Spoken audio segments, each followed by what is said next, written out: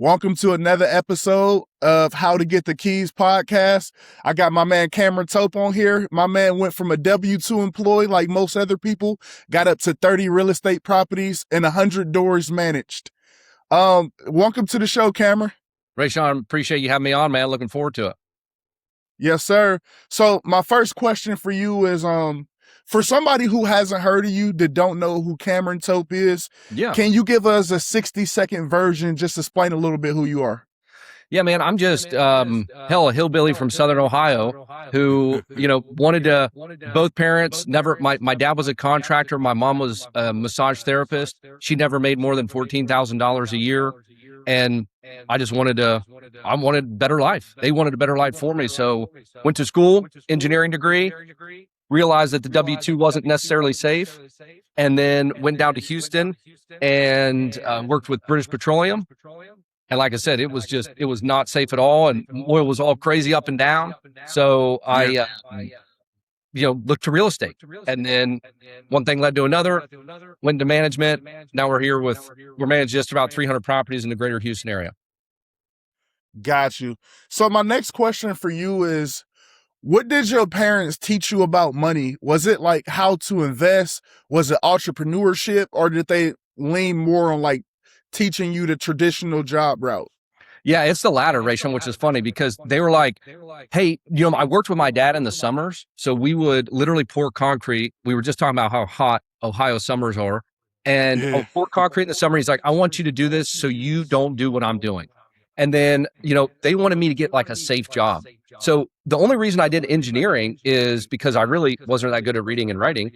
And Marietta College, which is about 45 minutes away from where I lived, they had 100% job placement in petroleum engineering. And so that was where I went. And I actually was at an all-county like football thing. And they were there recruiting. And they're like, it's 100% job placement. I'm like, I'm sold. So that was why. It was my parents wanting me to just do like the safe W-2, get a job, get your benefits route. And then found out very quickly, within the first 6 to 12 months of my career, that was not the path. So as far as like entrepreneurship, like, did you have a personal goal? Like, yes, I want to be an entrepreneur. I want to be a construction owner. Or like, was it like a period of like when you got pushed into it? Yeah, I think it was more, I always had that kind of glimmer in the back of my mind, reading books or more so listen to podcasts and about these successful people. And you're like, oh my God, how do they do it? And a lot, I think it's like 90% of people worth $5 million or more are real estate investors. So that kind of piqued my interest. I heard that, I don't remember where I read that, but I think it was one of Robert Kiyosaki's book, The Rich Dad, Poor Dad, the Purple Book. And that kind of like leaned me that way. But I think really the impetus, the big push was when people were getting laid off left and right when I was at BP. And some of these people were making $100,000, $150,000, $200,000 a year, 10, 15 years ago. And they had retired spouses, kids in super fancy schools, and boom, gone. And you think petroleum engineering, you're going to be okay in Houston, but dude, it was sparse out there, man. And people were driving for Uber. I knew a couple guys who were like, "There's nothing out here. Oil's at $30 a barrel, so I'm driving for Uber." Which I'm like what? Yeah. So what time period was that? Like once people start getting laid off? Yeah, so I graduated in 13 and started right thereafter. So that would have been like 14, late 13, early 14 to 15. But dude, Raayshawn, anybody that's in the oil and gas business will tell you from like 14, 15 to basically through COVID, almost every year we did a layoff. I mean, I got friends at Chevron, at Shell, at Exxon. Everybody was doing layoffs because it was just such a crazy oil and gas market where oil would be up to 120, down to 30. It went negative at one point, which I don't even understand the economics of that at all. Has it ever done that like that drastically, or like was that like a one-time thing? I don't, some of the old timers would talk about like, oh, back in the 80s, it went from $30 a barrel to $8. But, that's drastic, I think. But it was, I don't think it's gone like that since I've been, in the last 20, 30 years. Even during the Great Depression or Great Recession, I don't think it was that bad. Yeah, that's crazy. Let's switch gears a little bit. Let me ask you a question. So if I would have met the 22-year-old Cameron would I recognize him based off who you are today, or you think that you're a completely different person?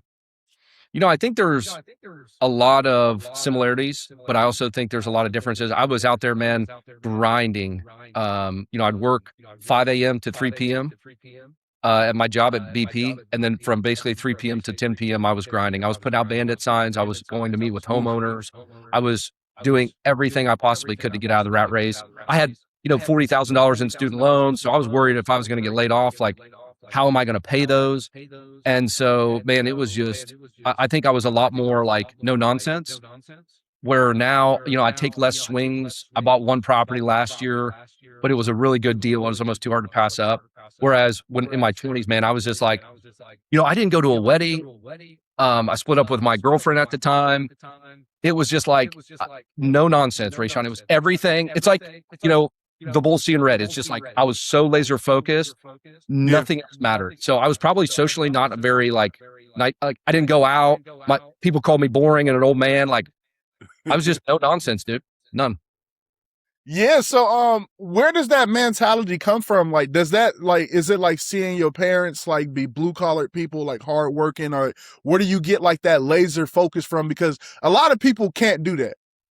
Dude, and I think I really do. I agree. I think it was my parents pouring concrete in the summer, and I was doing that for $10 an hour. And I was lucky. My dad was like, oh, I didn't make $10 an hour and I was your age, blah, blah, blah. So I was doing that all day, every day during the summer. And I think, it's like you cultivate that work ethic. But I really do think the push was me going, nobody is going to take care of me. My mom and dad aren't going to take care of me. My job now is at risk, and that's not going to take care of me. I have student loans. What am I going to do? And I felt the safe route, which sounds crazy, but the safe route was to go into real estate. And some people think it's risky, but to me, it was a safer route. It's like, I have properties I can control. I have rents I can bump. I can go out and do the sweat equity on a property. I can go buy a property below market value. Like, you have a lot more control than I'm going to ask for a raise once a year during my job performance review and hope to God that they give it to me. And, you just, 2% bump, good job. It's like, you busted your ass for an extra 1,000 hours for them and they give you $2,000 more a year. Right. Yeah, because based off what you're saying, it goes into my next question.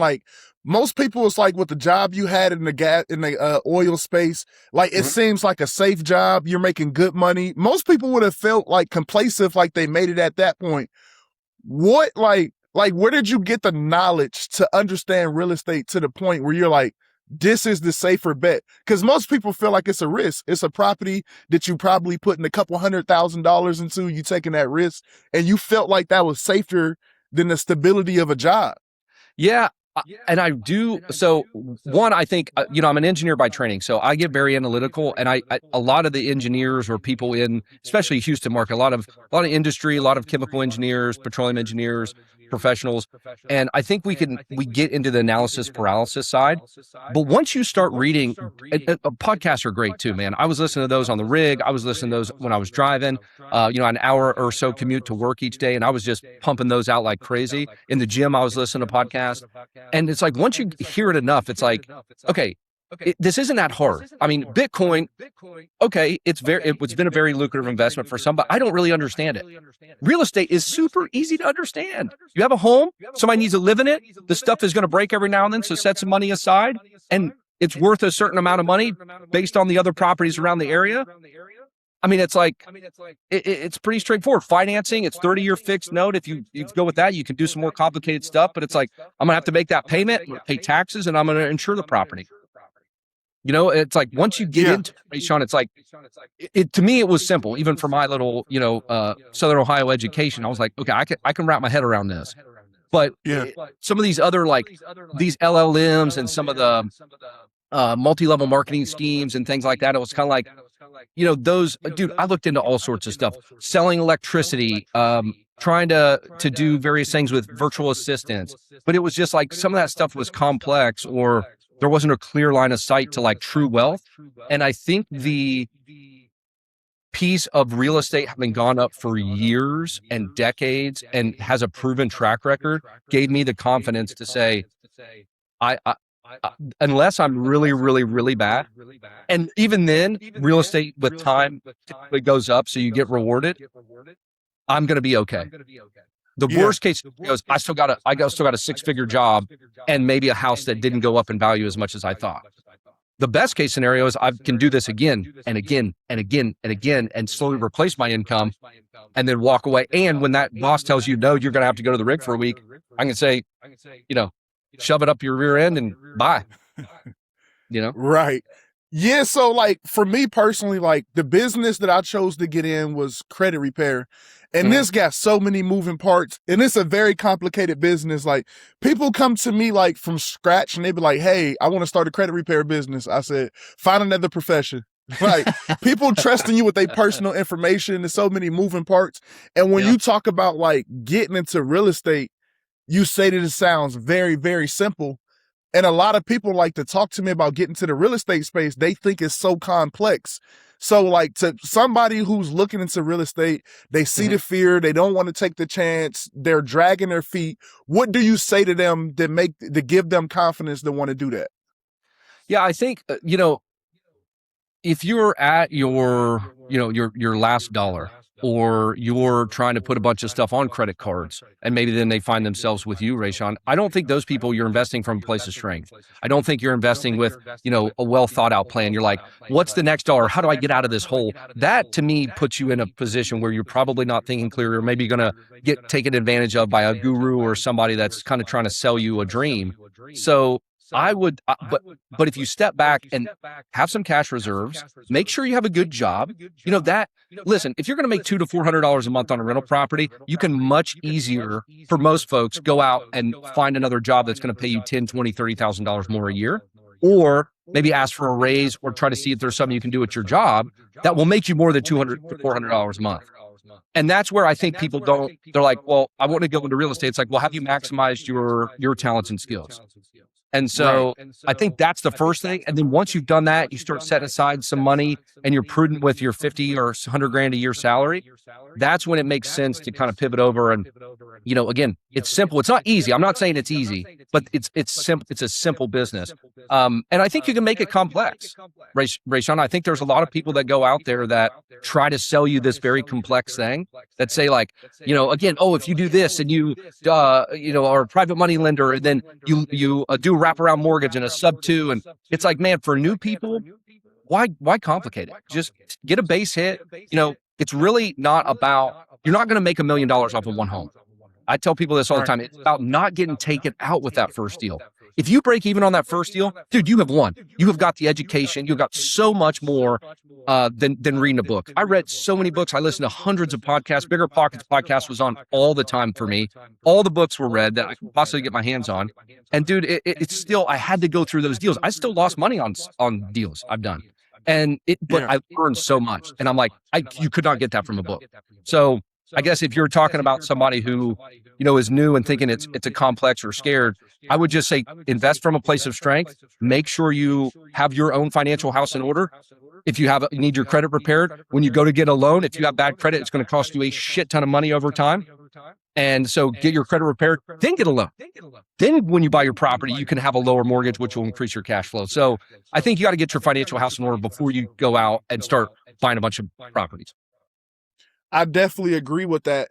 And that's something that I try to tell people when they were like, oh yeah, I'm trying to save up for this. I'm trying to do this. I want to go get funding, but your credit is bad. I'm like, listen, even if you do get approved at interest, let's just say like the average person in interest with bad credit spend $100,000 just in interest. That's not even going toward your loan. So credit repair is saving you money. It don't cost you money. Bad credit costs you money. But go ahead. Well, I was just going to say, it's like people want to jump steps.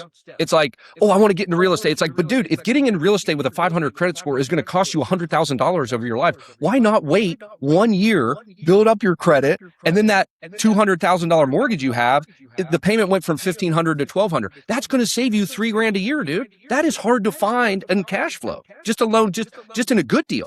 So yeah, I think people want to they want to be rich now. And I think, and listen, I was like that too at 22. I wanted to say, I would do anything, Raayshawn. I was like looking for whatever I could do to get out of the rat race and pay down my loans and make money. But sometimes you got to just take it, got to do the first step till you get the second. Don't try to jump and get ahead. It actually can hinder your progress. Right.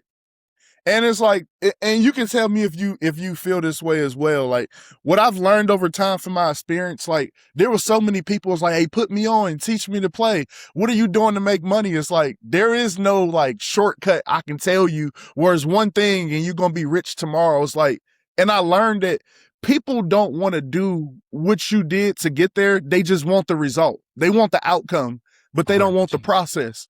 And that's something I learned because I spent so many hours just sitting down with people. Hey, you got to do this. You got to do this. You got to do this. You got to do this. And you see the motivation leave their face. So it's like... Dude, and it's so true. I heard somebody say if information was the way to wealth, then all the librarians in the country would be wealthy because they have access to all the information. I like that one. Yeah. But it's true though. It is, dude. Because they'll have a wealth of knowledge. It's like everybody knows to eat less than you consume, or to eat less calories than you consume or your body burns, and lift weights. Why are 30% of the people's the average body fat's like 30% in the country? It's like we all know what we should do: eat less, exercise more, but we don't do it. So yeah, I think I do agree. There's no shortcut, man. People don't see today. Today, I talk to folks or new investors or clients that come on board, and it's like, oh man, how do you get, the 30 properties, blah, blah. I'm like, dude, it started 15 years ago. It didn't start now. Like you're seeing the end product. You're not seeing, it's like when you go to a performance or you see these, dude, athletes, they're amazing. Yeah. Go watch these people, whatever profession it is. Soccer right now, you're watching these people, they make it look easy. That is decades in the making. It is not, you're seeing the performance and going, oh, well, I could do, like, you're basically saying when you say, I could go be a successful real estate investor next week, that you will have compressed a decade or more of knowledge and you want that result. You can go out there and do a performance or go play on a football field with professionals with no training. That's basically what you're saying. Exactly. Because you don't see behind the scene, they putting in 3 to 5 hours a day, studying film all day with that clicker in their hand, but they don't want that part. They just want to be on camera and get the highlights. It don't work like that. Yeah, dude, that's not the Instagrammable stuff. That's the stuff that's hard, man. When I was out putting bandit signs out under those bridges, being chased by stray dogs, almost getting hit by cars, people telling me to F off. Dude, that wasn't glamorous, but that's what it took. And yeah, dude, it's that nobody was around listening to anything I said. Dude, go back and look at some of the old YouTube videos I did, 5, 10 views. And I know all of them were my family or my friends. And it was like, but that's how you started. Like the stuff you see today is many, many, many repetitions in. I agree 100%. And that right there, I hope anybody watching this take that from you. Like, don't try to be Cameron Tope from today. Go be the version of him from 15 years ago. Then get the advice to not go through those roadblocks so you can take what took him 15 years. And maybe if you get the right information, you can take it down to 5 or 3. And that would be a realistic way to do it. But to start where you're at today, it's not realistic. No, I don't even look at the same deals, Raayshawn, that I did back then. Like I mentioned, I bought one deal last year and I only bought it because there was $100,000 in equity right from the rip. And that was, there would be so many more deals I would have bought last year if I was in the mindset of I'm trying to get out of my W-2.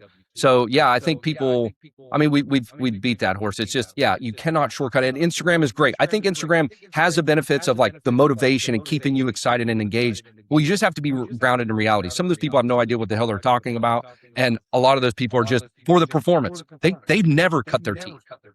So yeah. Yeah, agree. And going back into the job, I got a question on that. So a lot of people think that jobs equal security. And I think you're the perfect person to ask this question. Being somebody who had a good job, this seems like it has stability, that got laid off going through that period. Do you think that jobs equal stability based off your personal experience? No, I think, now listen, if you're in a one-horse town and you're the only horse, you've got a lot of, job stability.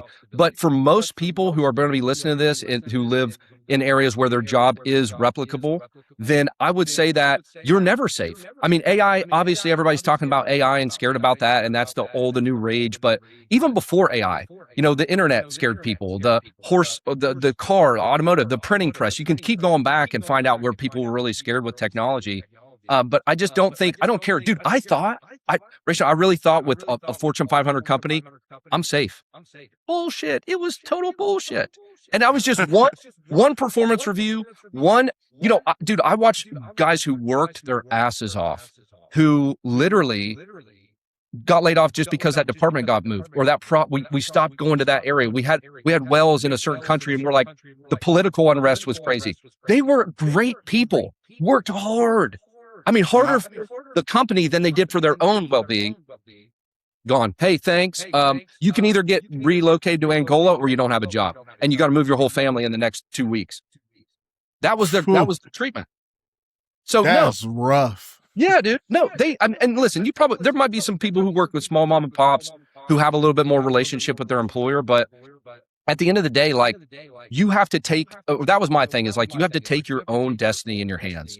And you can do that by investing, by making sure you're coming from a place and investing from a place of strength. Get your ducks in a row, get your financial house in order, then invest. And dude, I remember watching the dividends from some of my stock portfolios, $5, $3. But now those are $300, $500. And dude, now it starts out so slow, it doesn't even look like it's doing anything. But that compound interest, man, Einstein said it's the eighth wonder of the world, and it is. Yeah, so talking about stocks, and I definitely think that's something that most people should educate themselves on. Even me, I need to dive more into it. For people who listen to this that believe that sense of stability was in their job, what would you tell them to do different about it, understanding that stable is not as stable as they think? I would be as valuable as possible. So like I said, if you're making 50 grand a year, how can you make 60? If you're making 60, how can you make 75? 75, how can you make 100? If you are at the ceiling in your job, my brother is actually going through this right now. So he's been at a company 6 years. He's climbed where the highest he can go. The next rung is like a big jump. So he's like, what am I going to do? So now he's looking outside. Okay, where can I jump? Maybe a lateral move or something where it has a higher ceiling. And so I would say do that first, is make sure that you're as valuable as possible. You're making as most money in your job as possible, and then invest. Start investing. And the earlier you do that, the better. I don't know, it's hard to say, like, if somebody's listening to this from a blue collar job or from a white collar job or 10 years in their career or one. I think that's the sound advice. Everybody's got a little nuance to their situation, but expand. You can make so much more money by your money working for you long term. And dude, you've got to start. I wish I would have started so much earlier, because every year that compound interest just continues to accumulate. So I guess that's a long-winded way of saying, do as much as you can in your job, become as valuable as you possibly can, and then invest. That's what gives you the confidence and the swag to go in when they tell you, hey, you're going to Angola, and you can say, nope, no, I'm not. Give me my package, and I'm going to go take a job down the street, or I've got this business going, or maybe these rental properties. I don't need it right now. I'm going to wait and find a good opportunity. Yeah, it seems like you got a crazy level of discipline. Looking back now, would you say your ability to be uncomfortable is the best thing that ever happened to you, like as far as business? Yeah, I would agree with that, Raayshawn. I think anything worth having takes work. I mean, that's, it's kind of a trite saying and just just a cliche, but it's true, man. Like, there are people that are born with a silver spoon in their mouth or on third base. Sure. Wasn't me. And I would say for the majority of the country, that's not the case. You're born on first base, or maybe even way in the stands, and you got to get on the field. So yeah, I think you got to do the discipline, man. And it shows up. I mean, it's like, I guess I relate this back to fitness. It's like just the little things every day. It doesn't feel like you're doing a lot, but eating a little bit better, going on a walk, just slow in the beginning. It looks like nothing. It looks like, glacier moving. It looks like absolutely nothing. But then, dude, over 10 years, it is unbelievable. If that stuff stacks up, I mean, you've probably seen the 1% better every day is like 37,000% over a year. And that's what it is. It's just like having the discipline to know, like, I have a vision, or maybe you're being pushed, like me for like, I'm worried about paying these $40,000 in student loans back. That was enough of a push for me to go, okay, I got to lock in. But whatever you need to do to lock in and be okay that you're not going to see a lot of progress for 2, 3, 4, 5 years. I didn't make any money in real estate for 5 years. I just kept piling it back in, or, there was an AC, it was kind of marginal, I'm like, replace it. That's, I was just piling everything back in. So after about 5 years, that's when I started to reap all those seeds I had sown. So did you see it more as a long-term thing, like when you were getting to it, or is that something you learned along the process? Yeah, I think, reading the books, it was, the books like Rich Dad Poor Dad, that stuff wasn't written during the Airbnb phase. So I think Airbnb has been a big phrase, but I look at that more like a hospitality or hotel business. Whereas all the books were like, yeah, sure, you can flip, you make 20, 30 grand, but now you're looking for your next nut. And so and it's taxed the highest rate. Whereas you get all those benefits, the long-term, or the benefits from long-term real estate, that it's a true wealth builder. It's like you can leverage. So you get that, you get that ability to maximize your returns. Or if it's a 5% return and you're levered 50%, now it's a 10% return. And, a lot of leverage, you can get up 70, 80, 90, sometimes in 100% levered. So, you have no money in the deal. And if the property goes up $5,000, $10,000, $20,000 a year, that's infinite return, right? So I think I knew, Raayshawn, that the wealth was built, like true wealth was built long-term. And so I was always investing I was never wanting to make money today. I was always thinking about myself down the road with obviously enough cash flow to be able to support all that stuff. Got you. So, okay. So, out of everything you could have invested in, and it seemed like you did your research, why pick real estate? Why not stocks? Why not crypto? Why not business? Oh, I think business was a side, just like hapstance. I did start with a Roth IRA. So I started with an individual retirement account. It was tax advantaged, and I just started putting money in that. So I was always kind of putting a few $100s away a month. And then I had a 401k, which was, 50%. I think you've immediately made 50 or 100% on your money. I forget the exact return. I put in 3% or 5%, and they matched a certain percentage. So that's free money. So if you have a 401k, the first thing I was like, take advantage of that. That's immediate return. So after that, though, I was like, okay, I've got my stocks. It's liquid. I can move in and out of it. If I need, I can sell $100 here or there. Once that was good, that's when I turned over real estate. And I think real estate was the proven track. Why I got in that? Because it was years and decades of proven wealth building. Like the market. It's like, hey, listen, you're going to have years where you go over 10%. You're going to have years where you go under 10% return. But the average 70, 100-year return is 10%. Real estate went up. I mean, every decade it was a small percentage that went up. And the only time it really went down was the Great Recession. And that was one time in the past, 100 years. So I think, Raayshawn, what gave me the confidence to do that was the just proven track record. Like I said, I'm kind of risk averse. I thought the W-2 job was safe. That's why I went into that. And then I'm like, oh, real estate's super safe. That it's like, even if the world melts down, there is value in the timber, the drywall, the flooring. There's value in that. It's tangible, So that gave me a little more confidence. That again, it's a simple business. It's a house. No matter what the value is, I still have a house sitting there. It's not like, the market went down 10%. I lost half of my roof or half my drywall. It's like, no, that building is there no matter what the value is, and there's always value in that material. I've never heard nobody put it that way. So my next question for you is, do you are you do you kind of lay back in periods like this, once the interest rate go up, if you see a good deal, do you kind of wait for the interest rates to drop, or how do you do that? No, I think so. I would say now I'm much more selective, but I don't care. That last deal I bought, I got 7.25% interest rate on. It was last year. It was probably the height of the interest rate environment. I didn't care, Raayshawn, because I knew this property fit into it's a great 2-story, 4-bed, 2-bath in Katy area, Copperfield to be exact. And I was getting $100,000 off the purchase price. It's a no big deal. It's a no brainer. But I would say for most people, And I did this, I started out just trying to get one deal, right? And I thought, if I have 5 properties, I'll be set. Well, in 2017, I'd figured out the Burr method. So the buy, rent, rehab, or buy, rehab, rent, refinance, repeat. And that's basically, without getting too far into that, that's just being able to do a cash out refinance, get your money back out of the property at a higher value. And so I was buying a house every 6 weeks on average in 2017, Raayshawn. And Sheesh. it was crazy, man. But I just kept finding the deals. For most people, I would say one house every 1 to 2 years.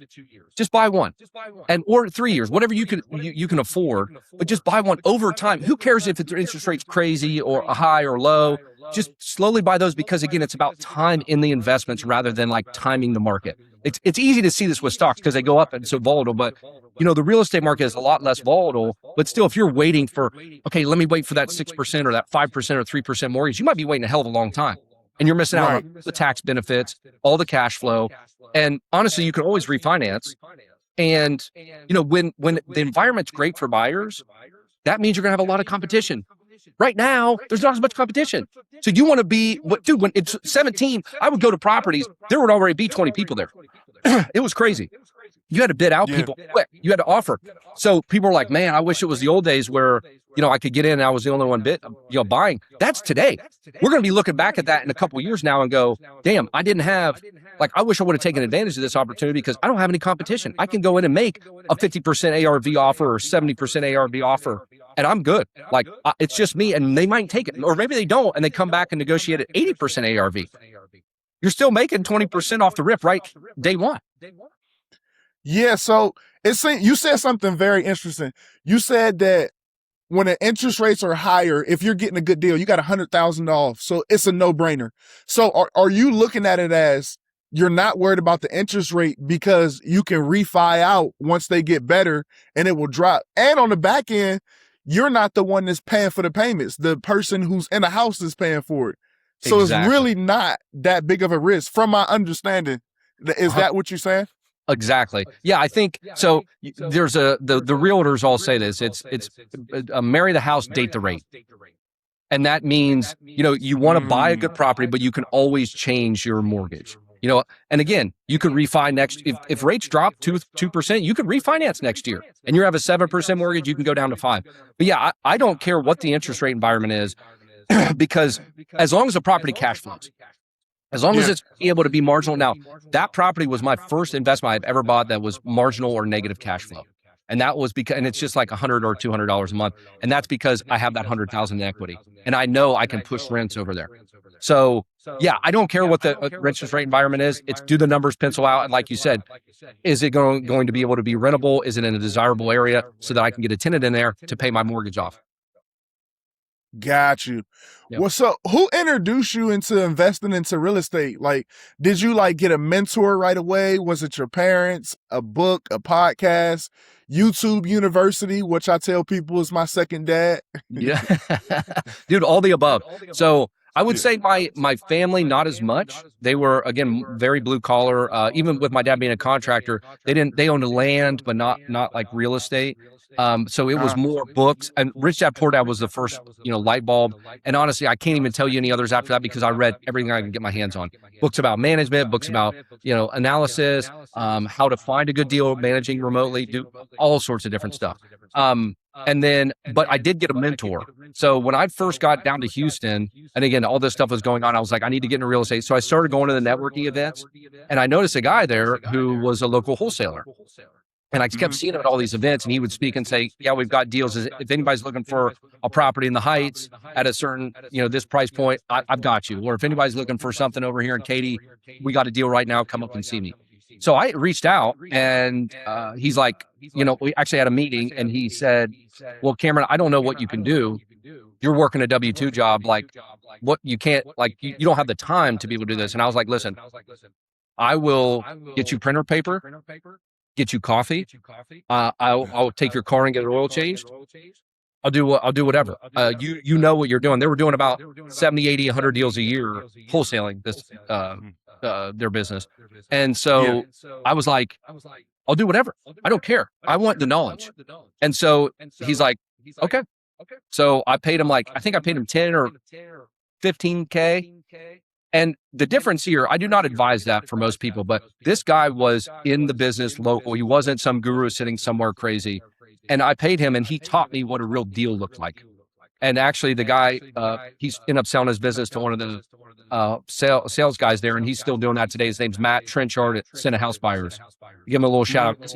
He's the only ethical wholesaler that I know of. And he's been in business down there in Houston for decades. But yeah, Raayshawn, I had to get his knowledge. I didn't care what it cost. So I thought a good deal was 95% ARV. When I got with him and he's making an offer, we're sitting across from a seller and he's like, yeah, actually, I'm going to offer you $55,000 for this $150,000 house. And I'm like, dude, I felt embarrassed for him. I was like, oh my God, dude. And so we get into that. And then it's just, he sits there and lets them think through it. And I'll be damned, dude. Sometimes they're like, well, I can do 65. And I'm like, holy shit, dude, this guy just bought a property for 60 cents on the dollar. That opened my mind to everything, man. So I think seeing that in practice, Raayshawn, was like the big thing for me to be like, I can do this. So that's when I started being comfortable offering 50, 60, 70 cents on the dollar and being like, I can get this closed quickly for you. That was the impetus, or the selling proposition versus putting it on the market for 30, 60, 90 days. But yeah, man, it's all the above. Books, YouTube University, and then the mentorship was the big thing because I needed to see it in my mind. And again, we go back to having the confidence and why I could do it is because I went out and networked. And dude, I hate networking. I hate it. I'm an engineer, so I'm socially, not there. And it's a very difficult thing for me, but I would see these guys doing it and I knew what I wanted to do. Again, the pain of that being weird in the network event, saying I'm not doing anything or not having a deal, that was way just outweighed by the vision that I had and the need that I wanted to get wealthy and get out of my W-2. Right. Did you have a fear of like something almost stopping you from buying your first property? Like, was there anything there? Yeah, I think there's always a little apprehension when you get that closing doc and you're looking at it and you're like, oh shit, I'm committing to all this stuff and I've got a payment. Now, what I'll say, the one big reason I do love single family, Raayshawn, over large commercial strip centers, self-storage, is because normally for most single families, you can float that mortgage payment. At times I have mortgages in the 300s up to, 20 some hundred. And I feel like if something happened, I could always come in and pay that mortgage. Whereas if you're starting out and they're like, I love Grant Cardone. I do. I think he's a great motivator and whatnot, but he always talks about going huge.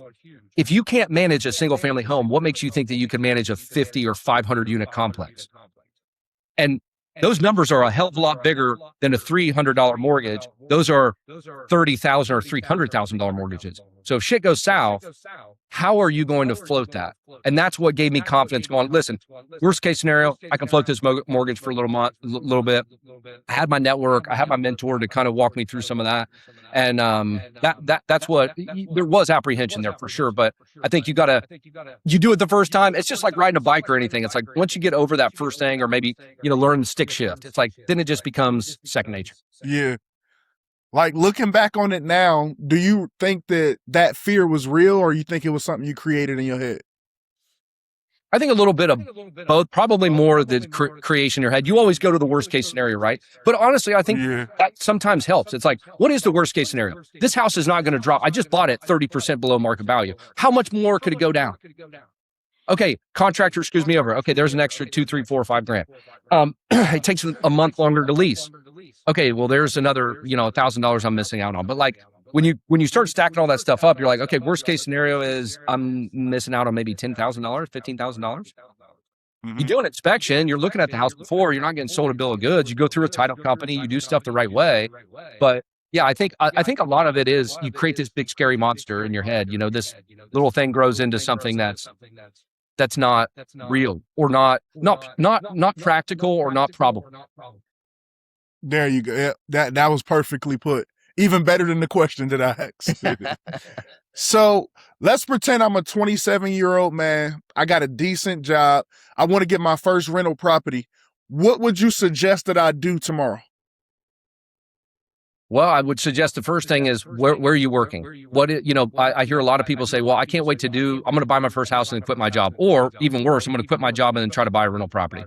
Very, very, very bad advice, because the bank is going to look at what is your income to be able to float that mortgage. So you need to have and they love W-2. They hate self-employed people. I was much easier to bank when I first started, when I had a W-2 job than I am now.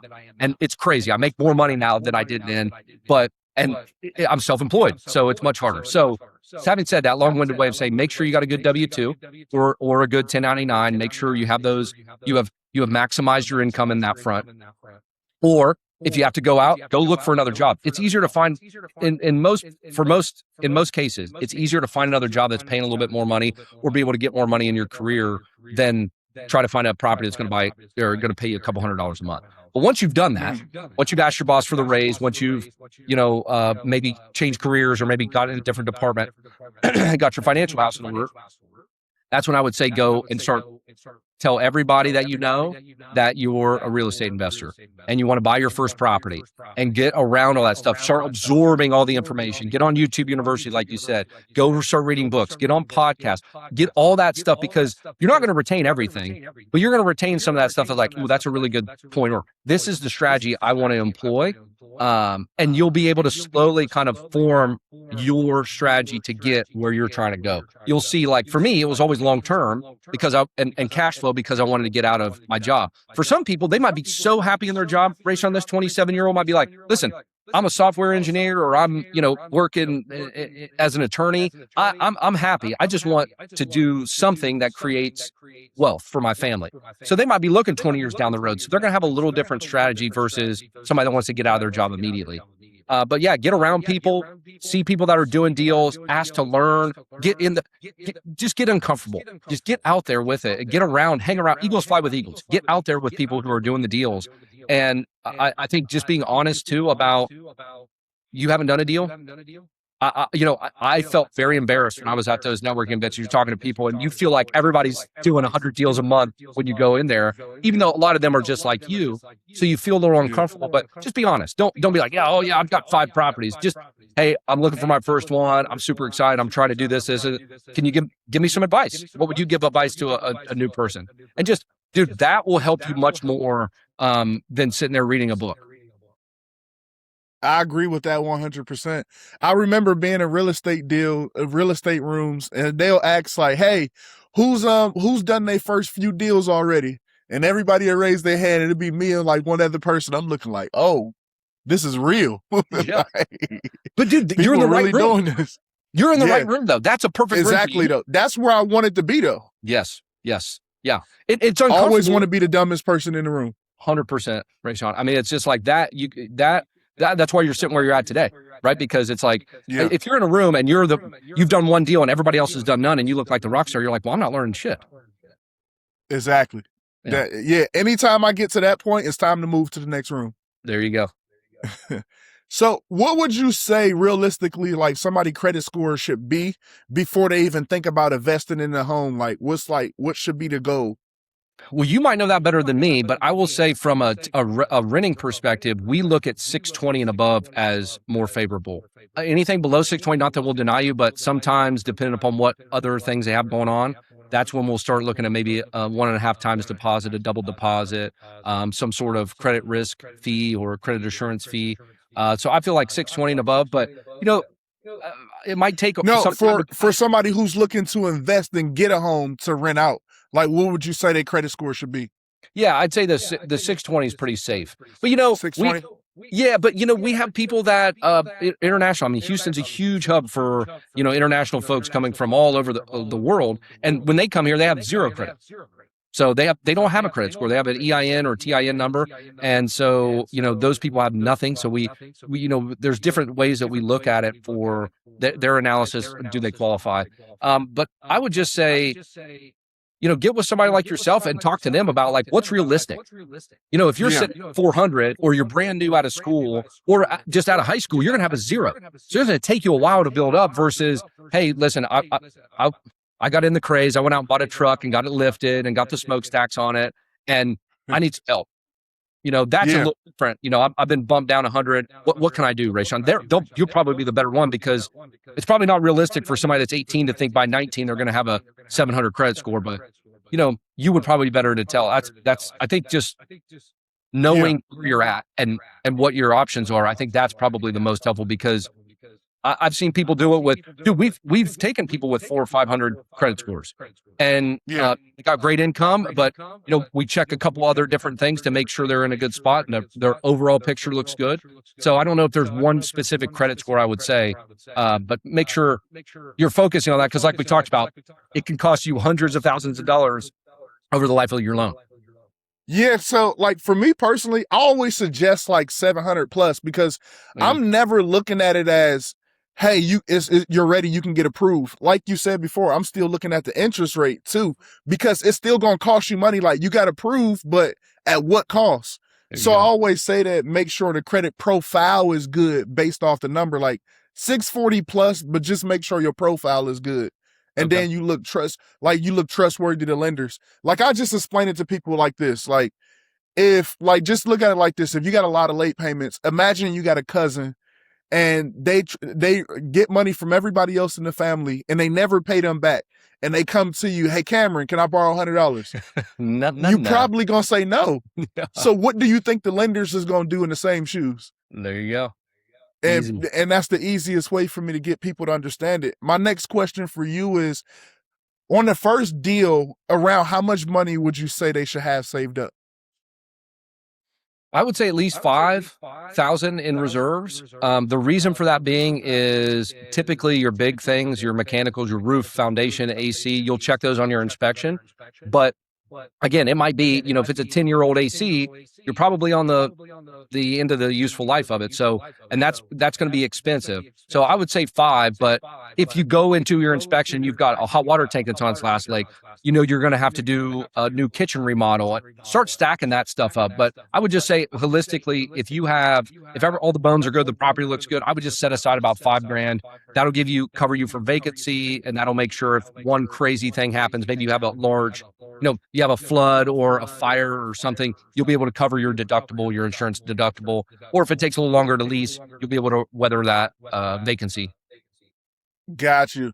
Because a lot of people come to me and they think that they need 20% down to get into their first property. Is there better options than that? Yes. Yeah. My first deal, I went in and bought a house in Katy. It's a suburb in Houston, and I put 3.5% down, and it was an FHA loan. And so there's plenty of options. If you're military, you can get a 0% down loan. Now, listen, that makes your mortgage higher.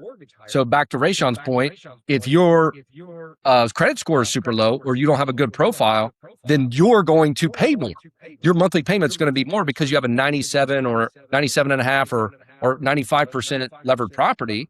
So your mortgage balance is higher. So yeah, you've got that even makes the credit score even more important. Got you. So if somebody have like debt, but they have that 5,000, they have enough money saved up to get the property, would you suggest that they pay off the debt, or would you suggest they go ahead and invest and get the property first? It depends on what the debt is. If it's credit card debt at 30%, pay the credit card debt off. No, not even a shadow of a doubt in my mind. Now, having said that, if you have a 401k match, that is going to get you a 100% return the day you do it. Well, that makes more sense to do that. So make sure you're investing, take advantage of your 401k match if you have that option available. And then I would go to the next thing. So if your return, if you have a 30% credit card interest rate and you pay that off, you're making 30% on your money. So I would do that. And then you're going to make about 10 to 15, maybe 20% if you find a really smoking deal right now, which probably isn't going to happen, especially for a new person. So I would just shoot for like 10%. So any debt above 10%, I think you're pretty safe, paying that off. And I think that, again, just build your financial strength, especially at being a new person going into it, that will be more, it just gives you more leeway to make mistakes. And again, I mentioned this earlier. It's not about making it all on your first deal. You will not retire on one property. I can almost guarantee that, unless you buy something incredibly huge, which again, I wouldn't advise that. And you're going to get a partner and then you're going to split the deal and blah, blah, blah. It's about being able to do this, replicate it over time, over 10, 15, 20 years. That's how you get rich. And it's get rich slowly, get rich surely, but yeah, don't try to make it all in your first deal. So whatever you need to do to get your financial house in order first. I know I keep saying that, but it's like that is the most important thing. Investing from a place of strength and being able to replicate it. Hey, I'm going to buy this first property in 12 months, and then we'll see how that goes, and then I'll do it in another 12 months. If it takes me 15 months, fine. Don't stretch yourself, to try to do the next deal so quickly that you lose both deals. Now you're back square one. Yeah, definitely. What's the biggest mistakes that you see like first time investors making when buying their first property? The sense of urgency. So what I mean by that is, Raayshawn, I see some people like, oh yeah, I just closed on a house. We have people who call us literally on a Friday and they're like, yeah, I just got the keys. Can you manage my property? And I'm like, well, hold on a second. Okay, give me some details on this. What's going on? Oh yeah. Well, you were recommended or whatever. I'm calling people. And I'm like, you should have lined this up and teed us up 2 weeks ago so we can get going right when the property closes. So I think making sure you're organized and have a sense of urgency, because every day that property sits vacant, it's a risk. It's a risk of somebody coming in and stealing stuff out of it. We had somebody steal the HVAC systems or the condenser unit and cut all the copper wiring out of a house. Downtown Houston just like 2 months ago. You have a risk of squatters, people coming into your property and just hanging out there. And now, it's a whole process to get them out. Houston's a little bit better than some of the other parts of the country to get people out, but that's a whole mess. And then you have insurance risks. So if you let your property sit for too long, your insurance premium actually goes up because the insurance company looks at it like, hey, this is a higher risk. You're just letting this property sit vacant. You have vandalism and all this other stuff that can happen. So yeah, I think the vacancy period, people don't look at it as much of a sense of urgency as they should. It's like, hey, if you know you're going to close on this day, start 2 weeks out, get the contractors lined up, get your, property manager lined up, get whatever you're doing, get everything lined up so that when that day closes, you can start work immediately. Because every day that property sits vacant, you are losing money. That's a good one. So I want to get into the next question, but I feel like a lot of people are going to be curious and I got to ask this. Yeah. Explain to me what a financial house is. I think that's your whole picture. So what is your investments? What is your credit score? What are your debts? What is your income? I would say it's just the whole, your personal P&L, how much money you're bringing in, how much money are you spending? What do you have set aside as an asset and liability? I think it's just your whole balance sheet. That's what I say when you're a financial house, it's everything. And if you have a spouse, her financial house is your financial house. Y'all are under the same roof. So it's how y'all's income is, debts, expenses, and just that's the whole thing, the whole picture. Assets, liabilities, income, expenses. Okay, we got our financial house together. Now walk me through your first deal step by step, like, and pretend that I'm next to you and you're walking me through, like, from you seeing if you got enough money, making sure that you make the right offer, getting them to accept it, seeing what's wrong with the house, inspection. What does that look like? Yeah. So, okay, if I'm a new person, I'm buying my first property. The first thing I would do is I would, to get to this point, we talked about financial houses in order, we're in good shape. We assume we have the money. One thing I would do is, if you can, I would buy it as an owner occupant. You're going to get cheaper financing. You're going to get a lower down payment. If you can move into it, it makes sense, especially, I did it when I first started. I rented out rooms to people, Raayshawn. So there was a guy at work who rented a room, paid almost $500 a month for me for just renting a room. And he was there 4 days a week. He never bothered me, nothing. And that was a pure cash flow. So house hacking is a phenomenal strategy if you can do that. If you can't, then you're going to probably have to put the 20% down. But make sure you have that down payment set aside, and then do your inspections. Get pre-approved with the loan. Make sure, you'll talk to a lender. They'll tell you the things to do, like, hey, don't, get rid of this car note, or don't buy any furniture right before you move in, or open any lines of credit or anything like that. But they'll talk to you through maybe what you can do, and they'll get you pre-approved. Find the house, get the inspection done, and don't skimp on the inspection. You have, and this is something else, like, you have to have a good team. You're new, so you don't want to be working with a bunch of other new people, because it's blind leading the blind. And I see that, dude. It's like, oh, well, I'm 20 something. I met this other guy. He's cool. He's 20 something. Like, he's just getting in this business. Is like, okay, both of you are, you're going to just drive off a cliff. It's like, you got to have somebody who knows where the craziness is. What are the they've gone down the path before you. They know where the twists and turns are and the risks are. So go with the people, especially when you're new, 20, 30 years experience. Get somebody with a lot of experience, because they'll be able to tell you, Raayshawn, I wouldn't buy this house, man. Or hey, I bought a house or sold a house down the street, and these are the risks here. Or, oh man, Raayshawn, I just sold this property down the street, and the guy did the turnover on it and at least in 5 days. Like, this is a great neighborhood. That's the experience you need, because you don't know anything. So right. That would be, I guess I even skipped that, but up front, make sure the team that you build of people, whether that's an agent, a property manager, insurance person, lender, make sure they're solid.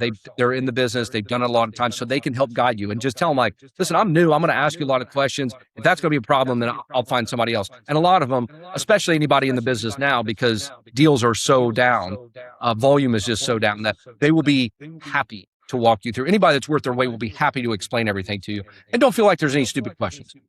So, right. Okay. What would you suggest people look for their first home at? I would say in your backyard. So, and what I mean by that is in the areas I hear a lot of this where people talk about what's the best deal or what's the best strategy. There is no best deal or best strategy. It's what best deal or best strategy works for your competitive advantage or your goals. So where are you trying to go? And then what's the best strategy to get there? And then what competitive advantage do you have that you can leverage to beat out other just mom and pop investors to get there? And so for me, it was my W-2 income. For somebody that maybe is super handy and knows how to put in floors and paint, that would be finding a fixer-upper. They're not very bankable. They're going to, their lending terms might not be as good as mine, but they're going to be able to do the sweat equity. They're going to be able to go in there and tear out that stuff and get it at cost or even lower. So use your competitive advantage. I think a lot of people have competitive advantages more so in their backyard, in their neighborhood, or in their area, because you can also go look at it. We all heard that story of the property manager, the guy or gal that's stolen a bunch of money. I've heard people there was a guy out of Florida, I think he embezzled like $300,000 or $400,000. What he was from investors, and what he was saying is the property's vacant, and he was keeping the rent. And then he would say, like 2 months later, now it's rented, and he would start paying the owner. So he was just shaving off months of rent. Yeah. Yeah, that's crazy. And it's just like, if you out of town, how could you know? Exactly. You have no idea. So, and if you don't build up a trusted team, it's like, how do you know? And so, he was like, they're going to move in September. Well, he had somebody for July and August. So, man, you got to, if you're there, you can go drive the property, check it out, make sure it's good. Again, the little things add up, like the curb appeal and whatnot, but I would start in your backyard. Yeah. I think that's the perfect place to start. Okay, let's say, we looked around in our backyard, we found a property, we got a competitive advantage. Yep. Okay, how do you know if it's a good investment? I think you got to find your calculator on what return are you looking for? What are you looking for this property to do to get you closer to that goal you were talking about? Again, if you're looking 20 years down the road and you're saying, listen, I love my job, I've got a great role, or maybe I hear this a lot of nurses, they work very, very hard, but they love what they do. And some of them work 3 or 4 days a week. So they're like, listen, it's hard, but I have a great work-life balance on those other days. I make good money, but I do want to build something for myself. Or if God forbid, something happens to me. So they're looking down the road. They don't care about cash flow today. So their good deal would be, is this property going to appreciate over the long term? Is it desirable? Whereas for me, when I started, I wanted to get out of my job. I wanted to make sure that I replaced my income. So I was looking at more cash flow. So whichever side you want to be on, if you're looking for something that's to build more cash flow, look at it from that perspective. And there's plenty of calculators you can find. But if you're looking for something longer term, look at more of the appreciation side, the areas that appreciate more heavily. You're not too concerned with cash flow. Hey, it only makes $100 a month, but this area is known to appreciate 5, 10, 15% year over year. Right. So talk to me a little bit more about like the numbers. Like, you're looking at cash flow, you're looking at rent, are you looking at expenses, are you looking at repairs? Like, walk me through that process. Yeah. So your income is usually just one line item. It's rent, right? There are some scenarios where you can say, okay, I'm going to rent out. I got the main rent for the house, but maybe there's a storage building on it or a garage that you can add into the rent and say, hey, this is going to be an extra $50 a month, or There's other things you can do, but it's usually your income, top of the line is your rent. Then you start going through expenses. Typically your first and biggest one is your mortgage. So that's the principal and interest payment. Then you go to taxes. Then you go to insurance. And those are usually your big ones, PITI, principal, interest, taxes, insurance. And sometimes you can escrow that or not, but if you escrow that in a one monthly payment, then all that's taken care of and you can worry about the rest of the stuff. Those are usually pretty easy to figure out because you have the tax records. You know, when you get pre-approved, you can do the math on what the mortgage is going to be. And then the insurance, you know, you can ask if they say, "Oh, I don't know until I comp." You say, "Listen, give me a $250,000." If you're looking at $250,000 houses, tell them $250,000 houses in this neighborhood. And then once you get past those main meat and potatoes, then you get into the variable expenses. Well, how much is it? How long is it going to take to get leased? What are the capital expenditures, which are like roof, AC, foundation, the big stuff. Think like, if you think about a car, the maintenance and repairs would be like the oil changes, you know, getting the tires replaced, your headlights busted, get that fixed. Whereas the big stuff would be like the transmission, if you have what are the other big pieces in a car, Raayshawn? Anything with the engine, transmission, motor, transmission, starter, head gaskets. Yeah. There you go. The big stuff that you're like, oh my God, this has a comma in it. It's huge. So those are the things that think about on a house: roof, foundation, AC, windows. Those are the big ones. So you do need to set some money aside because that's going to happen at some point. You're going to have an AC that useful life is 10 to 15 years. If you buy a property and it's at 15 years, you better start setting aside some money for that. So CapEx is the next one. I mentioned maintenance and repairs, and then usually set aside a little for vacancy. And if you're going to, whether you're going to do your own property management or not, I would highly recommend putting in the number in there for property management. And the reason I say that is I usually recommend people do their own property management in the beginning, especially if they're young and full of piss and vinegar. But at some point, you might not want to do property management. You might have, a new family. You might start a family or have, add to your family. And you're like, okay, listen, this is getting to be too much. So you always have the option. If you never set aside for management in the beginning, you find it very hard to give that up. So set that, add that in your line item too as your expense. And then usually that covers the whole kit and caboodle. Got you. So for somebody who's just getting into the space, let's just say they got good, stable income, their credit is good. What would you say the smartest strategy is for them to finance it? Like, would you go to a bank? Would you go to like a private money lender? Like, how would you do the first deal? Yeah, I would find a local credit union. So when I started, I formed relationships. I got some properties in Athens, Ohio, and I've got some properties in Houston. I built relationships with in both areas with a local credit union. And what is a local credit union? How is that different from a bank? Well, Chase, they report to Wall Street. They have numbers they have to hit, and they got a huge corporate office they got to pay for. Whereas a small local credit union, they're actually most of them are member owned, which means they pass on their profits as in the form of lower expenses or lower closing costs or lower interest rates. So they're kind of member owned. Think about that. So when you join them, and usually you have to be, if you're a veteran, there's plenty for that. If you're, pilot, there's certain for that. But you can find a local credit union, build a relationship with them, because your $100,000, $200,000 mortgage on, their $100 million in assets is a hell of a lot more than your $100,000, $200,000 mortgage on Chase is $1 trillion in assets, or Wells Fargo, or whatever, so go build a relationship with a credit union. And usually they have a little bit more flexible terms.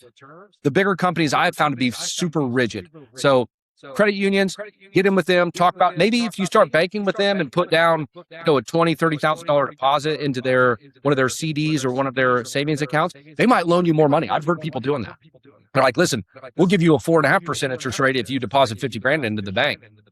It's like, okay, well, and if you don't have 50 grand, I understand. But if you do, at another bank, you just move it over. And now they're like, man, Raayshawn's really, he's got his stuff together. He's a client to us that's important to us versus you're really a number at Chase, Wells Fargo, JP Morgan, stuff like that. Yeah.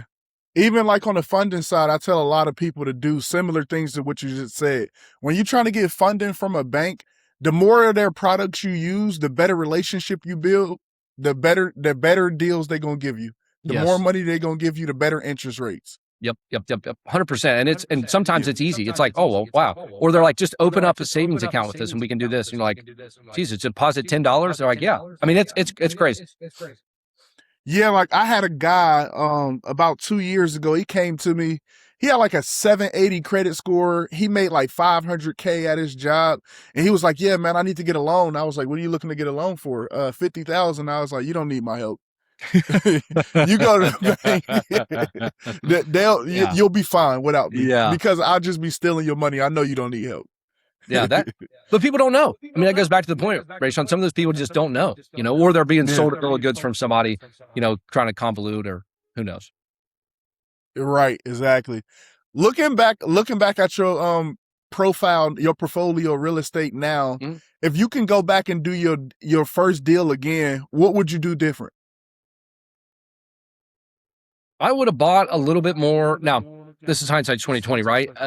Who knows what would have happened, but I wish I didn't focus as much on cash flow, because when you buy cash flow, you're typically buying cheaper properties, which means they're further away from town, maybe less desirable areas. And so I bought a 3-bed, 1-bath. Well, in a supply shortage, which what we were in until 2020, you could put lipstick on a pig and everything would rent. Now in 22, 23, that's shifted. So now there's a supply glut. So when you have a 3-bed, 1-bath, and down the street you have a 3-bed, 2-bath, who do you think they're going to rent first? So you go down to the 3-bed, 2-bath, those get rented up, and then mine gets rented last. So there's a couple of those I bought, like 3-1s that were good deals, but they're a little bit harder to rent and they don't appreciate as much as the more desirable 3-2s, 4-2s. I think that's one big thing. But yeah, I focused on cash flow. I'd be a lot wealthier man today if I would have focused a little more on appreciation. Got you. So let's talk about scaling now. Like from getting to 1 house to 30 houses, that's a huge jump. So the strategy at 1 house obviously is not the strategy at 10, 20, 30. Correct. So what changed like once we get to 5 properties to 10? Are we buying 2, 3 properties at a time? Are we still leveraging income? Are you leveraging those other properties to scale it? Yeah, that's a good question. I was buying, the first one I did was a house hack. So I got 3.5% down FHA loan. And then I started buying with 20% down, but I was using that BRRRR method we were talking about. So I was buying under market value, and then I was able to increase or drive the value up by fixing up the property. And then I would cash out, refinance. And that money that I had I would use to buy the next deal. I also tapped into my 401k and did a 401k loan at one time to fund some repairs. I've used private money guys, but typically they want some sort of skin in the game. So once you build up and get some reps in, so after probably 3 or 4 deals, I was able to get a private money guy to front me some of that, that down payment and that. Well, technically he would loan me the entire balance on some of those, but he wanted me maybe to have a little bit of skin in the game.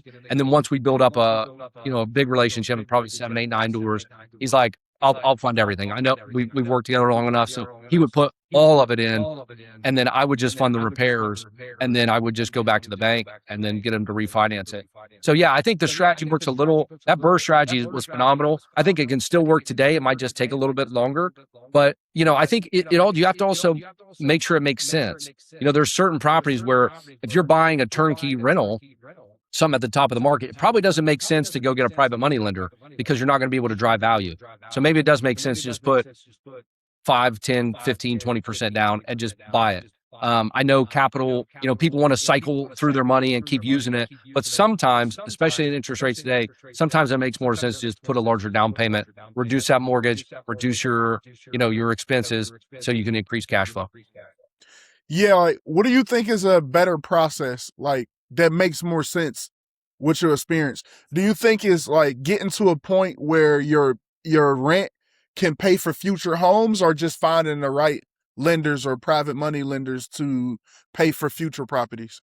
Yeah, I think it goes back to that 5-year thing. Like if you're hoping your cash flow is going to buy you stuff, I would say, okay, it's going to buy me stuff 5 years after I bought it, because that first 5 years, you're going to make a lot of mistakes, or you're going to have hot water tanks that go out, ACs that go out, things that come up, and you're going to need that cash flow to pay for that, or solid reserves.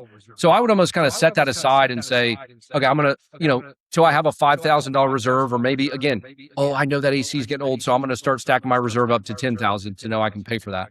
Well, I would set that money aside and use your income that we talked about, making sure that you maximize at your job or in your career to be able to buy the next one. And along with like you mentioned, along with the relationships with the lenders, I think that's going to be much more valuable because, and again, a good lender will be able to tell you like, hey, this based on your income and your job, this is, and what you're trying to do.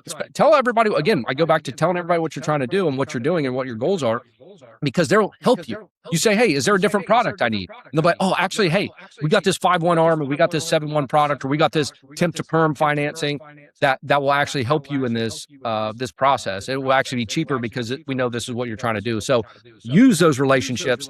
It'll be worth a lot more than $100, $200 a month. Got you.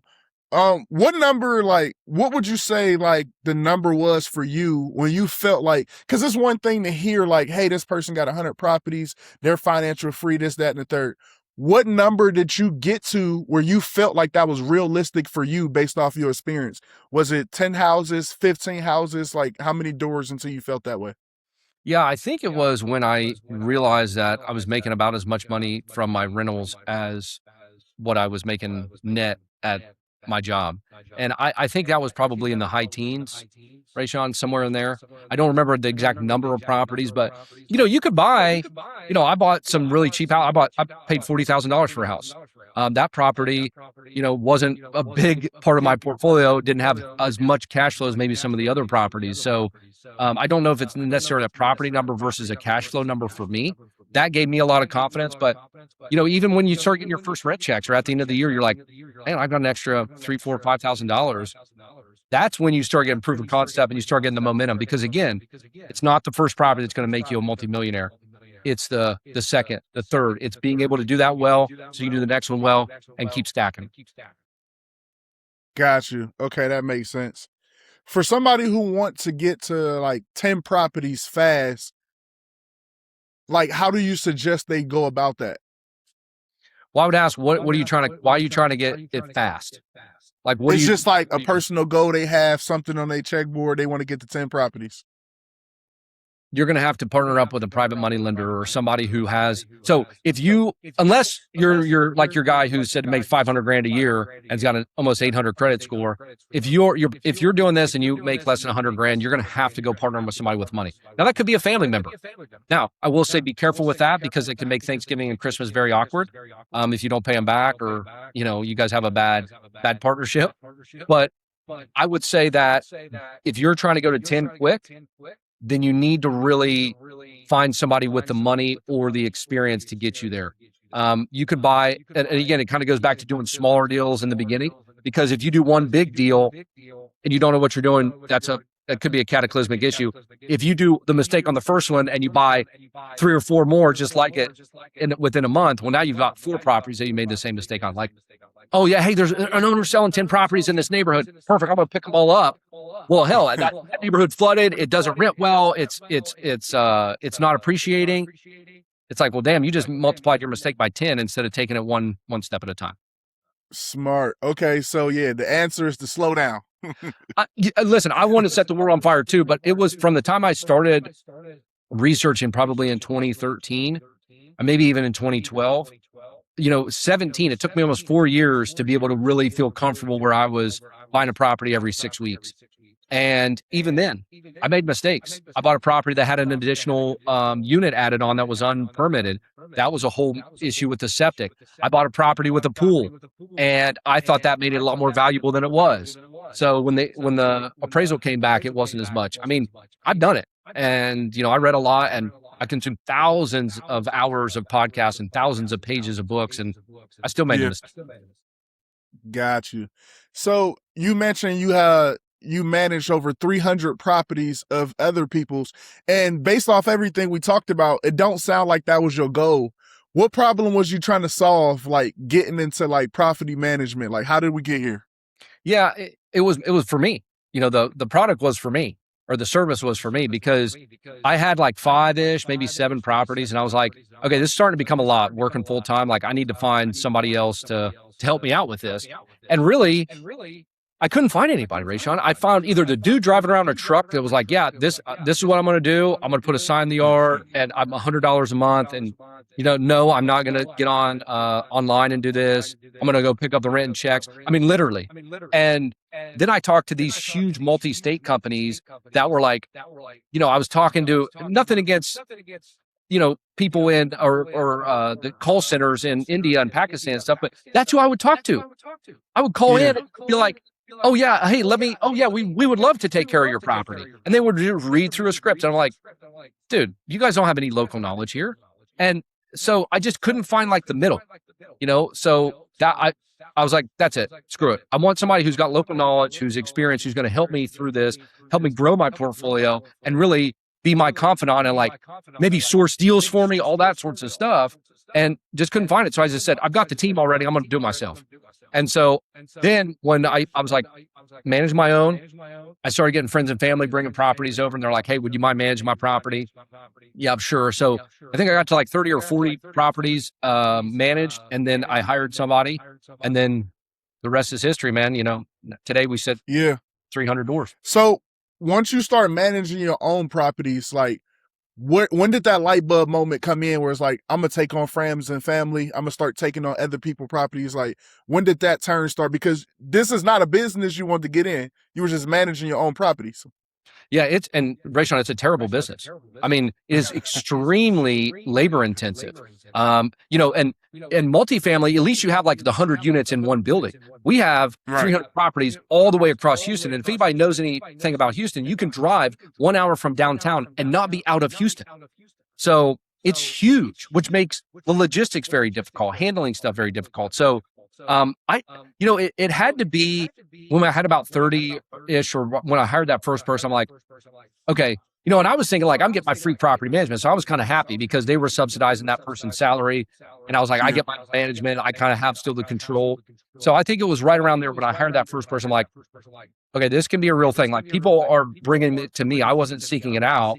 So they see value in what I'm doing. And I was just thinking, I'm just doing what I would want to do. I just want what I would want as an owner. Like I was not looking at myself as a property manager. I was just looking at an owner that was now kind of partially taking care of these other properties, not really a true property manager. And I think that's kind of what built in the business. That's some of our core foundation today. I'm still our largest owner or, client. And every decision, we were making a decision actually yesterday talking about this with some of the eviction stuff. And I'm like, guys, I would tell you now, this is a bad business decision, but this is good for the owners. And we, when we have those two that conflict, we always go with the owner side. So, we're not going to put ourselves in financial duress or anything, but still it's like, we always look at what is best for the owners, because if the owners make more money, they buy more properties or they keep the property longer. It's a win-win-win all the way around. Yeah. So what do property manager companies like actually do for like their clients? Like, how do you streamline to make the process easier for the owners? Yeah, there's no one size fits all. Like there are real estate agents that do property management on the side. I mentioned the guy in the truck, and I mentioned these large multi-state companies. Everybody's a little different. We're full service, so we handle everything soup to nuts. So from the time, like those clients I was talking about that bought a property, like, hey, we closed today, can you manage it? We will handle, making sure the property's up to Texas property code, getting it inspected, gathering the estimates, organizing the contractors, staying on top of them, finding the tenant and screening the tenant, handling all the maintenance. Once we got a tenant in place, handling the security deposit, any evictions or anything that come up throughout the tenancy, which we evict less than, I think, 8 in 1,000 tenants. So we've got our systems dialed in, but we handle all that for you. And, usually our owners spend less than an hour a month, whether that's reviewing a statement or just, looking at their portfolio and what, keeping their finger on the pulse. Yeah, that sound beautiful for the owner. 1 hour a month on your properties. Can't complain about that.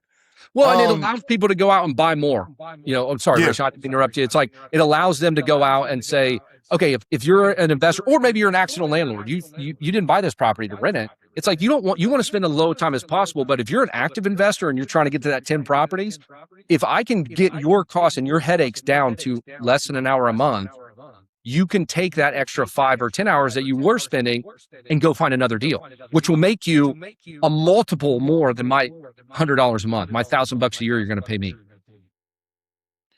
Got you. How does like for somebody who's like looking to get into space with a property management company, how do Mhm. you actually make money as a company? Yeah, so we have a management service.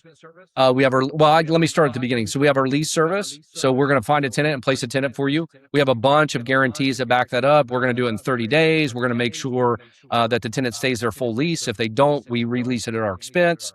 We have eviction protections. We have all these things that we provide to put our money where our mouth is for the owner. And then our management service. So what we're managing after that tenant's moved in, we take care of all the maintenance, all the tenant communications, all the lease renewals, anything that happens. The tenant's like, the neighbor's doing this, or there's an HOA violation or whatever. We handle all that for you. We would only get the owner involved when there's something that's either expensive or like hey, we need to make a decision here. You can go this way or this way.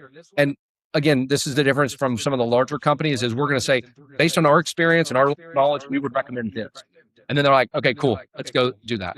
But we'll handle all that during the tenancy, all the maintenance, and then at the end we will do the security deposit disposition, and that's all included in our monthly management service. Got you. If somebody wanted to start like a property management company, like is it expensive to get started?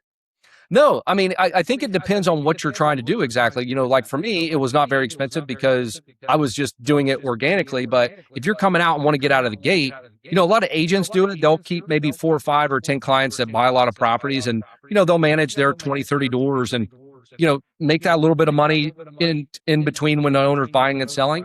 But I would say the overhead is very low. It's like any service business. Is a lawn business very expensive to start? No. But you got to build up your reputation. And unlike a lawn or a pool company, you've got to have the experience to know what the hell you're doing. Because if you've never been in this business before and somebody's going to trust you with a $200,000, $300,000, $400,000 asset, that's a lot of responsibility. Yes. If you don't cut somebody's lawn right, somebody gripes, the HOA gets pissed off. It's not the end of the world. But if you put a tenant in there that caused $10,000, $20,000, $30,000 worth of damage, you might be getting sued. Yeah, now exactly. Do you need like a license for it? Did you have to go like get a certification, like assurance? Do you need employees up front or offer space? Like, what does that process look like? Yeah, so in Texas, you have to be licensed to do it. So I'm a broker. It took me a couple years to get that, but once I was like, this is a business, went in, got my real estate license, which didn't take that long. But now I'm the broker, so I'm the broker of Emerson. So you have to be licensed in Texas. Certain states you do not have to be. And then as far as office space, we're 100% remote because again, Houston's so big that we cover the whole city. So it doesn't really make sense to have everybody come into one office when we manage properties all over. And then software and systems, those can get expensive. I know with AI, people can vibe code stuff, but you just want to make sure you have the proper licensing. And you mentioned insurance. So if you are an agent and you're thinking about this, make sure you chat with your broker because there is a different insurance if you're going to do property management. And everything's peachy keen until it's not. And you just got to be mindful that the tenant landlord relationship seems to be getting more contentious with every passing year. So just be mindful that you're in the middle of that and you can get caught in the crossfire. So just make sure you're properly insured. I would say it's just like, if you're going to go out and fix a big sewer line or something, you want to make sure your vendor or that contractor you hire is insured because if they screwed up, it could be a big cataclysmic issue. Right. So you mentioned like trust and you hadn't to build your name up, which is very important in business. Like a reputation is priceless. It's hard to get, but it's very easy to lose it. So even though it was like family and friends, like with your first few other people properties you were managing, how did you get your first client and how did you get them to like trust you with the lack of track record getting into the space? Well, I think they trusted me because I was doing what I was going to do for them was the same thing I was doing for mine. And I think that gave them the like confidence, like, well, Cameron's not going to intentionally hurt his own properties and therefore do something stupid for us. Now, I did a lot of stupid shit, Raayshawn, a lot. And stuff not like intentionally or malicious, just like I didn't know. It was probably 5 years ago, maybe 6 years ago that I realized that all the Texas property code had for smoke detectors and security bars and all that stuff. And that's written in the Texas property code. So, you've got to get the reps in. Like at our size at 300 doors, we do, I think last year we did about 100 turns. It was like 91 turns. And that means after the tenant moves out, getting ready for the next tenant. Yeah. And how many times, if you bought even 5 houses, how many turns would you do in your lifetime? So you're talking about maybe 10, maybe 20, if, really, hopefully single digits. But if you own any sort of amount of properties, I get so many more reps. So we get learnings like this versus for you, and you're like, oh, I built my checklist for my next turnover. Well, laws might have changed. The Texas property code changes every 2 years. So there's things that come in and get taken out. Late fees change, the amount you can charge, the time when you can charge the late fee changes in Texas. So you got to stay on top of that. But I guess to get back to your question is, you have to, they gave me confidence or had confidence in me because I was managing my own and I was doing what I was going to do for mine for them. Got you. So when you talk about going from 10 clients to 50 to 100 to 300, which one of those what was the hardest scaling? Was it getting to 50, 100, 200? Like, what would you say was like where you had the most friction? I think the 100. Because you're doing everything.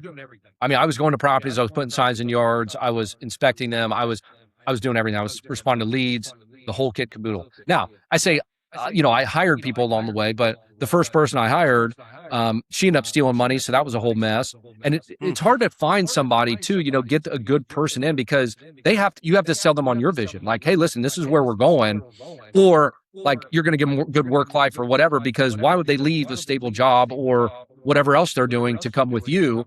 And it's kind of hard to see at the 50, 60 door mark when it's like, well, shit, I'm pretty much paying this person all I'm making in the management fees. So that's probably the hardest because it's hard to get the talent. But I had, the second person I hired, Liz, she's still with me today, Raayshawn, so 6.5 years later. And she's a rock star. And her and I wore almost every hat. But once you get past now, like we're at that 300-ish mark, we are able to get more specialized. So it says coming up and saying, oh, Raayshawn, you're going to be a maintenance coordinator and a leasing agent, and you're going to walk properties and you're going to put outside. I can say, Raayshawn, you're going to do leasing and applications. So it's easier to find good talent that's really good in that. It's like the McDonald's thing or manufacturing where I'm breaking this process down so you can do one or two things, or maybe even at some point we'll have them do one thing really, really well instead of wearing 5 or 10 different hats. You kind of just answered the question. And this right here, this question is selfish. This is for me. So when I first got to a point where I was ready to scale my business, the hardest thing was finding a good employee is what I thought at the time.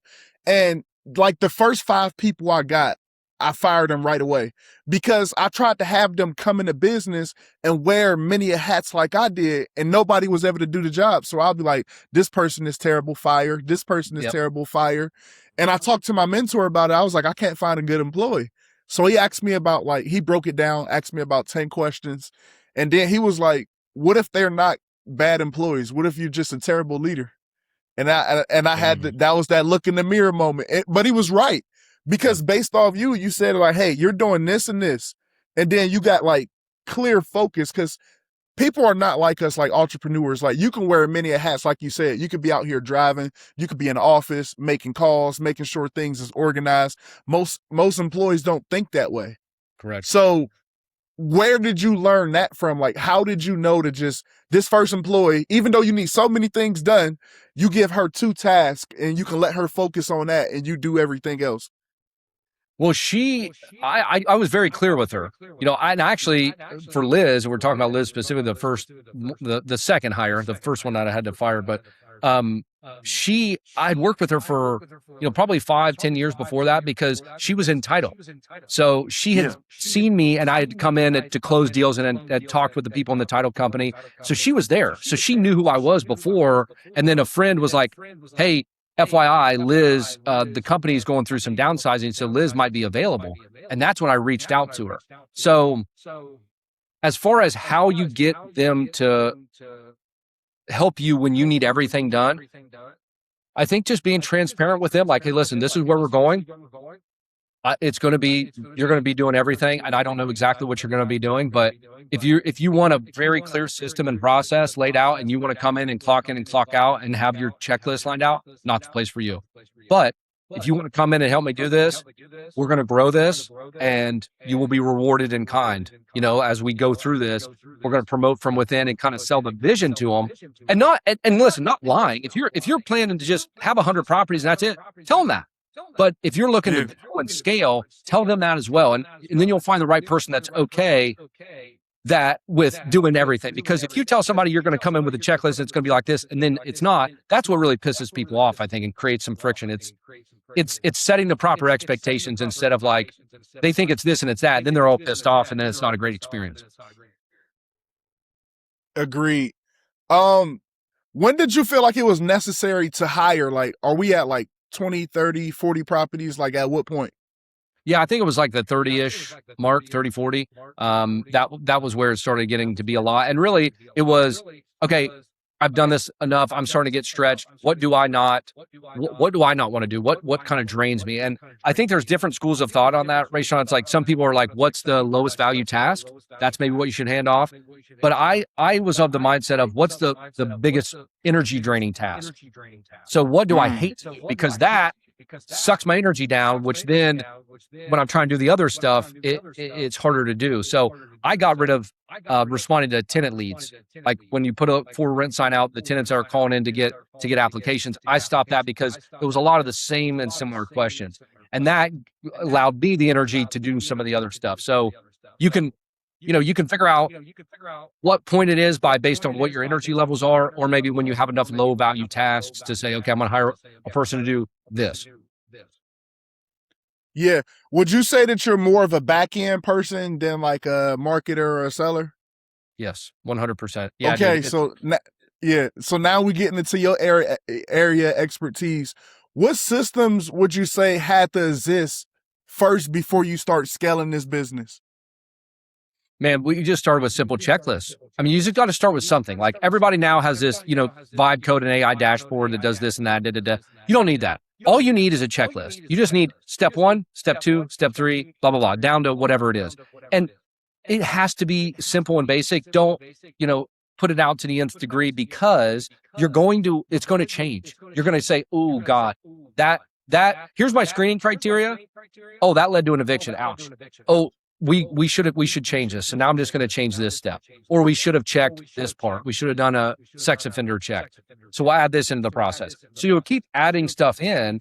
And yeah, it starts simply. I think that's it. A system is, they said, it's God, what was the definition of a system? It's something that saves you time, energy, money.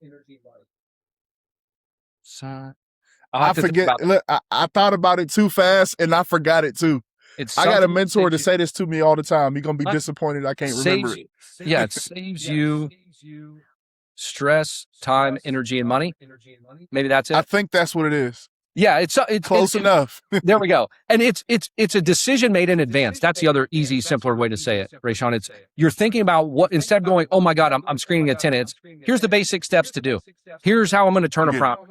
And you don't need it. It doesn't need to be fancy, man. I think just starting simply, and then once you do it enough, then you can build out something more complex. But just when I started, it was just a checklist. And sometimes if you don't have the capacity or that's not your strength, when you hire somebody, tell them, I need your help to build these checklists out. Got you. If everything in your business disappeared tomorrow, what system would you build first to restart? Well, if I lost everything, we'd have to get clients. So I would build the agent system for us going out and getting agent referrals to get business. I did it the back way because now I know the operation side. I started with operations and then I added in the sales because, again, I'm an operations back end guy. But if I was over today with the knowledge that I have, I would start on the sales front. Yeah, let's ask the $1 million question that most people want to know, because I can't walk away from my business right now. It rely on me too much. You live in San Diego and your business is mostly in Houston, correct? Yes, sir. Yep.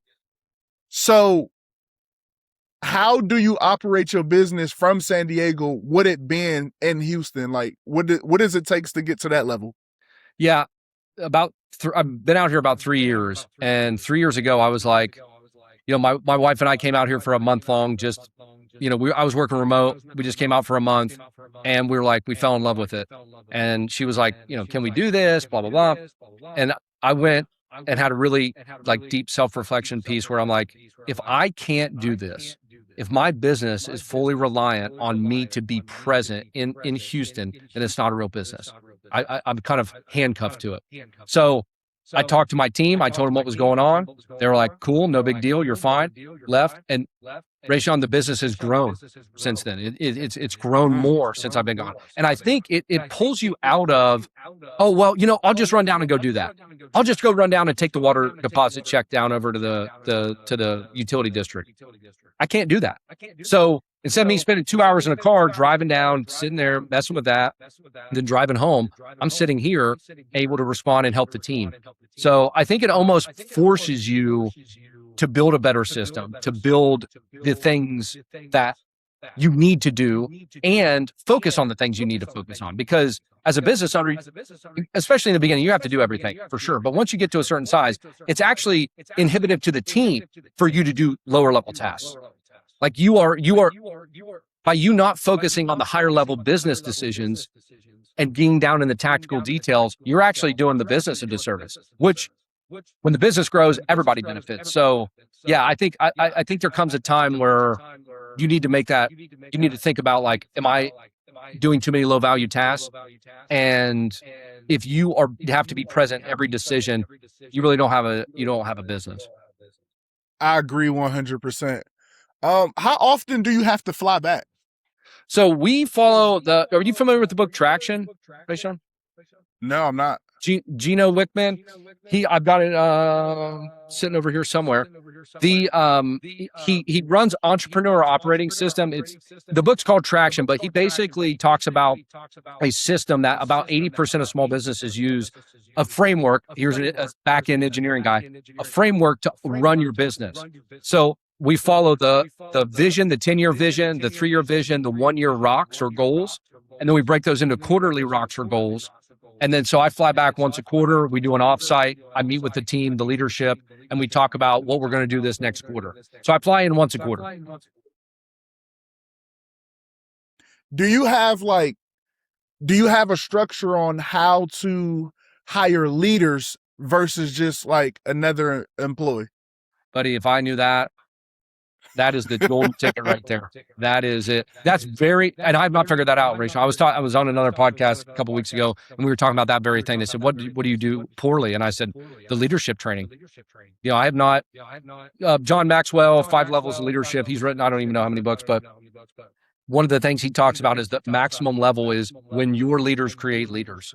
So I've been thinking about that as, now that we're getting some structure, some hierarchy, it's how am I creating leaders to create leaders? And I haven't even figured out how to create leaders yet. But the real goal is eventually leaders that are going to create leaders. Yeah, once I figured that out, hey, if you had that figured out, you changed my life right now. Yeah, somebody knows. Come on, we need it. Right, yeah. If anybody put that in the comments. Hey, send me your email number or something. Yes. Because I ain't figured that part out. No. What do you think the biggest mistake is owners make trying to step away from their business too soon? I think they get sold the bill of goods of similar with real estate investing. It's this is easy. It's it's simple, but not easy. It's simple to do a business, that create a system, a checklist that follows. But the reality is, people get sick, things happen, people steal money. It's unknown. You're dealing with people who are not robotic, who are emotional. I mean, things come up. So I think people get this perception again with the expectation that, hey, I started a business, we're doing $300,000, $500,000 a year revenue or $1 million. I should be able to step away. Or, oh, it's a month in, I should be able to take a month off and do this from Fiji. It's I wouldn't go into a business with the expectation that I'm going to have all this free time. I would go into the business with the expectation that I would deliver a good service or a product and then build the team. And then when you have the team that's not relying on you, systematize your thinking, what you want to do, hire that out. And then when you get there, you'll be able to step away a little bit more. Got you. Give me 3 books you think people should read, getting into entrepreneurship. I think Rich Dad Poor Dad is fundamental in entrepreneurship perspective, just because it talks about the rich don't work for money, about being able to create assets, and your business is an asset. I think Millionaire Fastlane, that was a big change from going from an hourly person to something who delivers results. So that's a really, really, really good book. And trying to think of a good third one, I guess E-Myth, that would be the other big one. That was a fundamental change. And the summary of that book is basically like, if you're a good pie baker, then you might not be a good at baking or having a pie baking business. So just because you're good at baking pies doesn't mean you're good at a pie baking business. So it talks about systematizing and replicating what you do, similar to what we were just talking about. The E-Myth is very good. Michael Gerber, he's been around a long time. Yeah, I'm gonna have to check that one out. But Yeah. Rich Dad, Poor Dad, I think that's the best foundation book. Like, I think if you just need a foundation just to change your perspective and your mindset, I think everybody should read that book. And it's simple too. I mean, it's easy to understand. Like he breaks stuff down very simply, talks about his rich dad and what his poor dad thought, even though his poor dad was educated. Yeah, I agree with Raayshawn. That, and I know, dude, any real estate podcast too, everybody recommends it, but it is just such a mindset shift that they don't teach you in school. You know? No, 100. That book changed the way I see everything. Like, I came out of that book and think like, all of this knowledge, it made me wonder, is like, how important is college? Like, oh, dude. Well, and hey, dude, that's a whole nother topic that we probably ain't gonna have time to get. Yeah, because and then when you learn, like, the whole education system is about just creating obedient workers. And when you think you're working, you're trading your time for money. And the MJ DeMarco, The Millionaire Fastlane, is a really good book too, talking about, like, if you get paid hourly, get out of that. You need to be paid for results. And that's how you can really scale. Because if you're being paid hourly and you make $50 an hour, there's a certain maximum you can make in a year. But if you are in sales, or, sales job's probably the easiest one. A sales job, your commission can be untapped. If you get paid for results, it's untapped. And I agree with you 100. Listen, I say this all the time. I tell people, if I had to get a job, you could not pay me $200 an hour to do something, because it's like, I know no matter what I do, how much I perform or how much I don't perform, I make 200. The only job I can do is sales. Like, I need a fire lit under my ass every day to get up and go, hey, I'm gonna try to sell 10 cars. I'm gonna try to sell 15. If I don't have that, I don't know I can't do it. Like, I'm a salesman at heart. I can sell you anything. And the people who can deliver results, like being commission based anyways. The people who don't are the ones who love the $200 an hour stuff. Exactly. Do you got people, do you think people should follow, like, getting into the real estate space? And there are so many, and some of them have changed over time. I think Bigger Pockets still is a good resource. I've been following them for 15 years, and they've changed a little bit. They went through this Airbnb craze. They got bought out by private equity, so they've changed a little bit on their messaging, but they got some really good free resources there. As far as other individuals, I don't have anybody specific. I even don't follow Robert Kiyosaki anymore, because he talks so much about gold and oil and Bitcoin that I didn't want to get into that. So I stopped following him. I don't have anybody, Raayshawn, that jumps out. Bigger Pockets, I think, is a good resource, and they have good guests on there. So they're a good one to probably start with. Okay. What skill do you think matters the most, like, in entrepreneurship? Is it sales, negotiation, finance, leadership? What would you say, like, the number one thing is for you in your experience?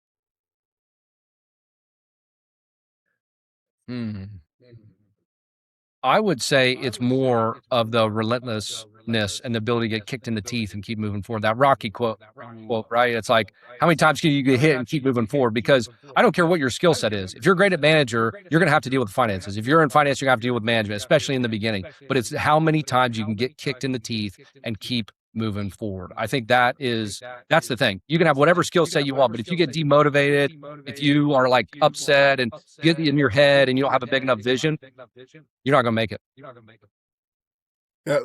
I agree with that.